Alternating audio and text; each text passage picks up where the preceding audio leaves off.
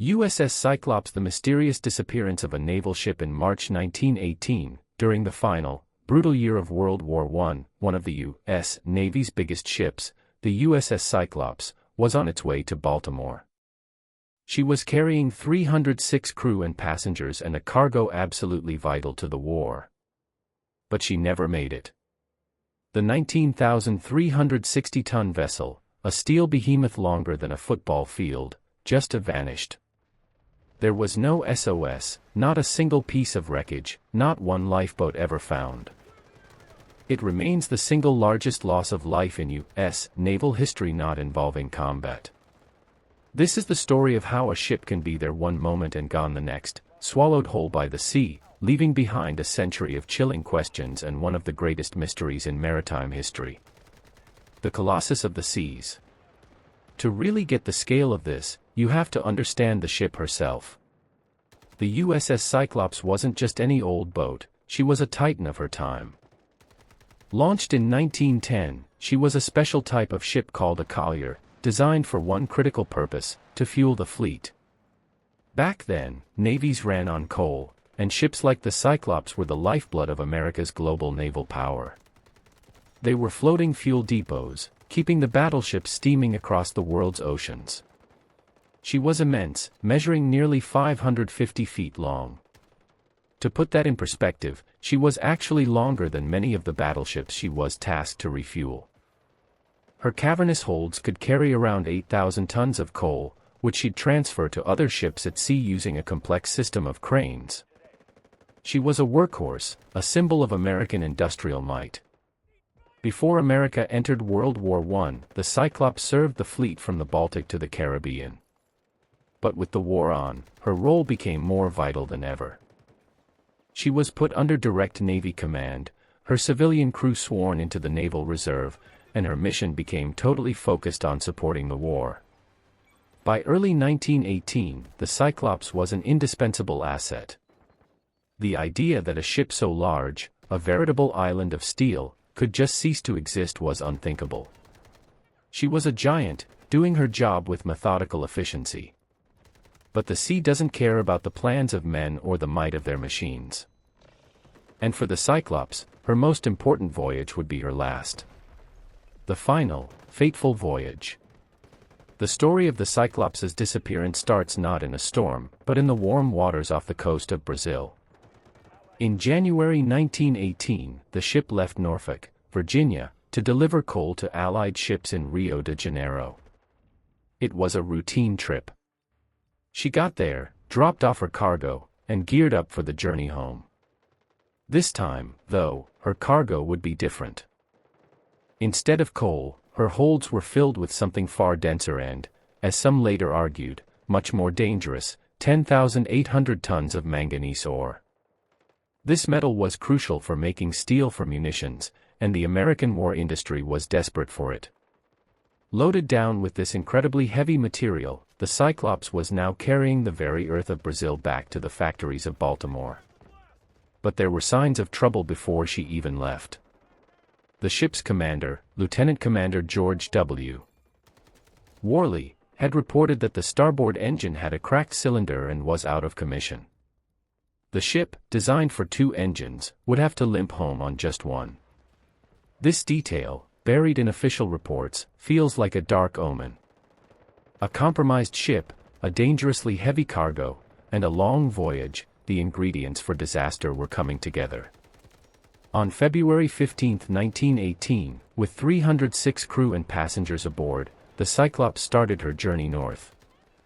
She made a quick stop in Bahia, Brazil, before setting course for Maryland. Her ETA in Baltimore was March 13. But the Cyclops made one last, unscheduled stop. On March 3, the massive collier showed up off the coast of Bridgetown, Barbados. Why she diverted from her route is still a mystery. Reports suggest she stopped for more supplies, maybe because the single engine was burning through more fuel than expected. The next day, March 4, 1918, the USS Cyclops weighed anchor and steamed out of Barbados. The last confirmed sighting of the ship was her departure as she headed north, sailing over the horizon and into legend. A final, reassuring message was sent from the ship, all well. After that, there was only silence. Swallowed by the sea.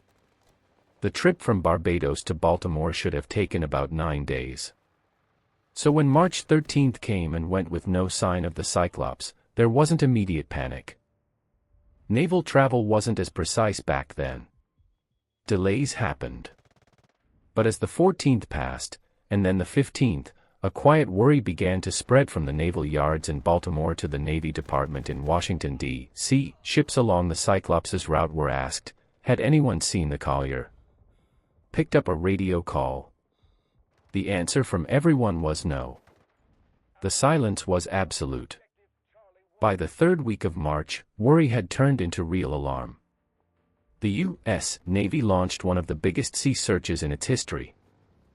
Ships crisscrossed thousands of square miles of ocean where the Cyclops might be, scanning the waves for any sign, a piece of a lifeboat, an oil slick, a single life preserver. They found nothing. It was as if the 542-foot-long ship had been completely erased. The most baffling part, the detail that still confounds researchers, was the lack of a distress call. The Cyclops had a powerful wireless radio. Whatever happened, it happened so suddenly, so catastrophically, that there was no time to send a single SOS. No time to launch a lifeboat.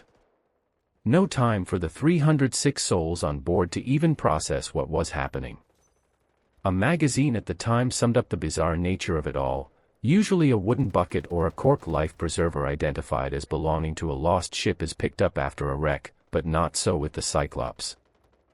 She just disappeared as though some gigantic monster of the sea had grabbed her, men and all, and sent her into the depths of the ocean. Weeks turned into a month. The search was eventually called off.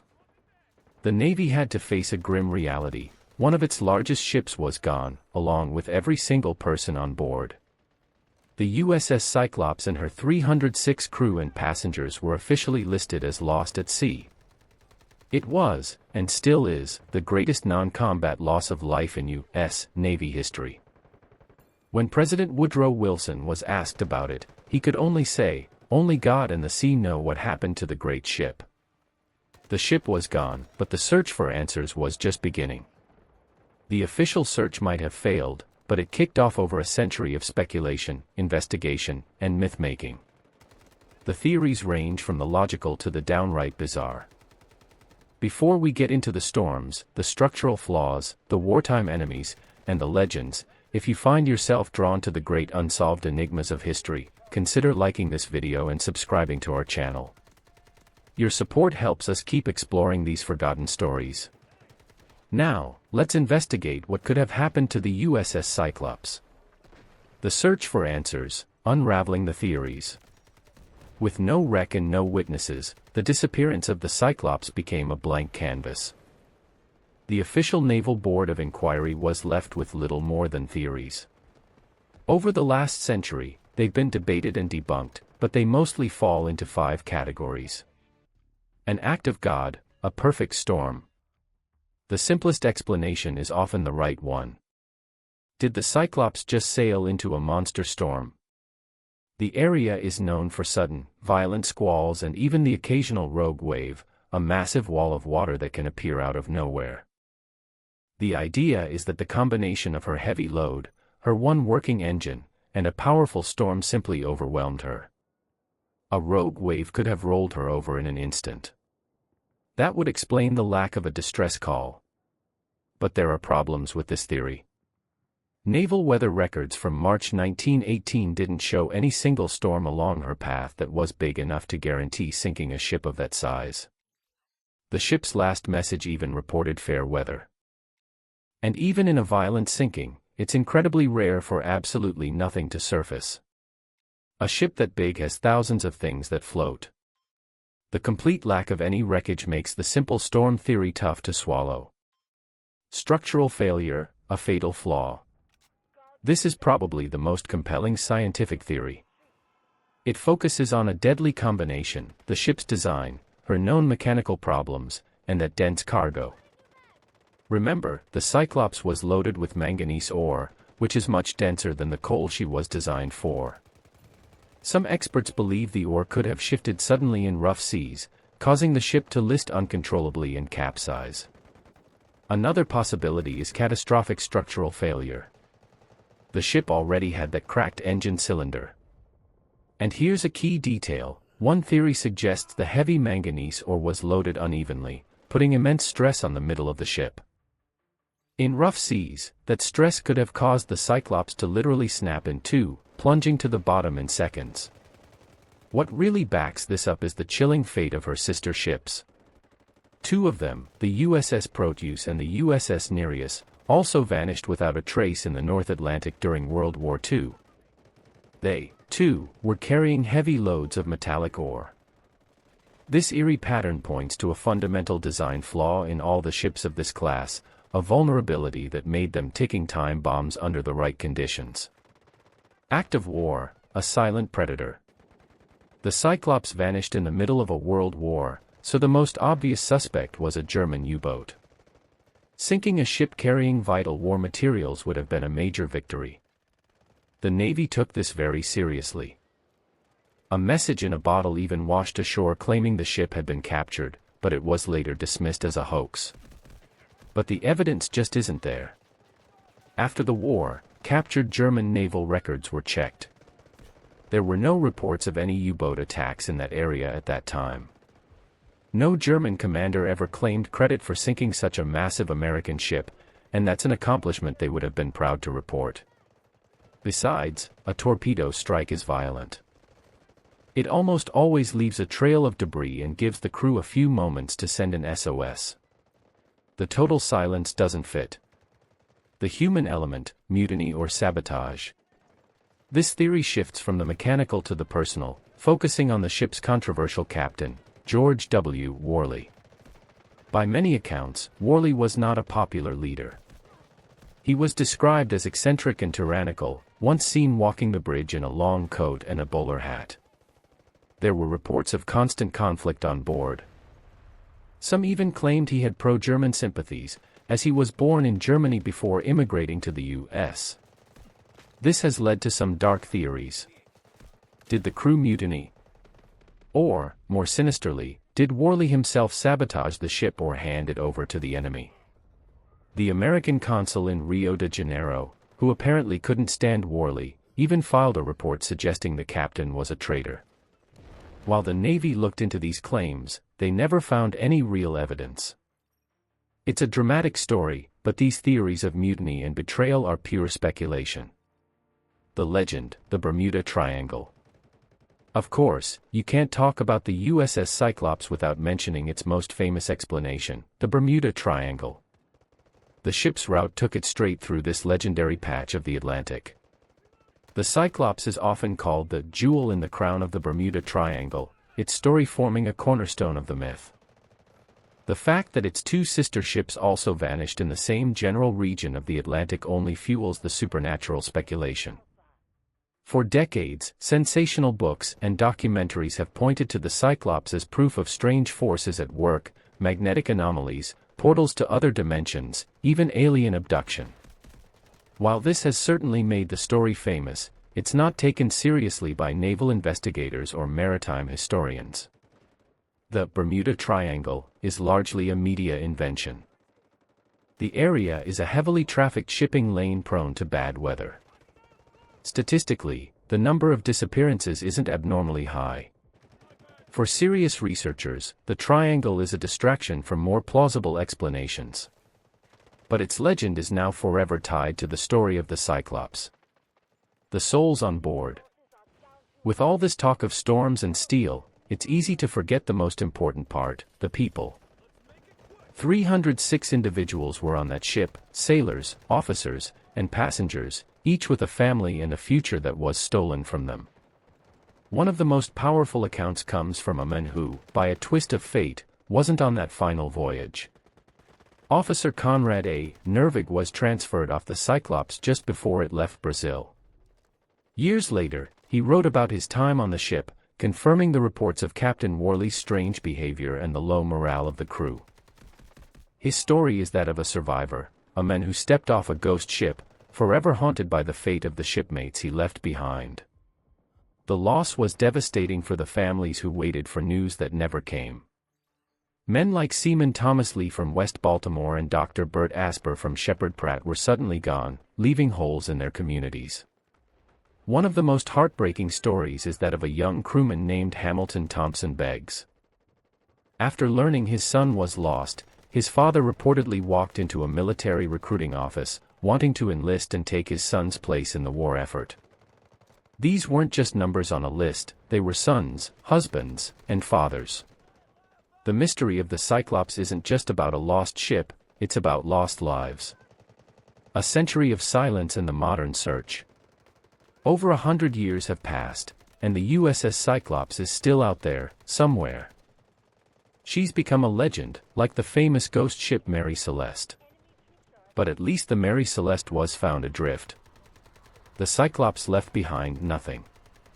It's this complete and total disappearance that makes her story so uniquely haunting. In the decades since she vanished, the search has never really stopped. It's just shifted from an official naval operation to a kind of holy grail for shipwreck hunters. Modern tech has brought new hope. High-resolution sonar, deep-sea ROVs, and magnetometers can now scan the ocean floor in incredible detail. These are the tools that found the Titanic and the USS Indianapolis. Every few years, a new search is launched. The allure of solving this mystery is powerful. Finding the Cyclops would be about more than just locating a wreck, it would be about finally getting an answer. The condition of the ship could tell us everything. Is the hull in one piece, or is it snapped in two, confirming the structural failure theory? For the descendants of the crew, like Marvin Barash, who has dedicated his life to researching the ship his great-uncle served on, it's about closure. As he said, "I just want her to be found. I want the 306 to be at rest, as well as the families." It's something everybody needs, some resolution. Conclusion. So what really happened to the USS Cyclops? Did a rogue wave swallow her whole in the dark of night? Did her steel hull, stressed by a heavy load and a bad engine, finally snap? Was she the victim of a German U-boat, a mutinous crew, or something far stranger we read about in legends? After more than a century, the truth remains elusive, locked away in the crushing darkness of the deep Atlantic. The USS Cyclops didn't just sink, she vanished, leaving a void that has been filled with theories and speculation. She is a chilling reminder of the immense and unforgiving power of the ocean, a force that can, in an instant, erase a 19,000-ton steel giant and 306 lives from the world. The mystery endures, a ship that simply sailed out of reality and into legend. In the end, it seems President Wilson's words from 1918 are as true today as they were then. Only God and the sea know what really happened to the USS Cyclops.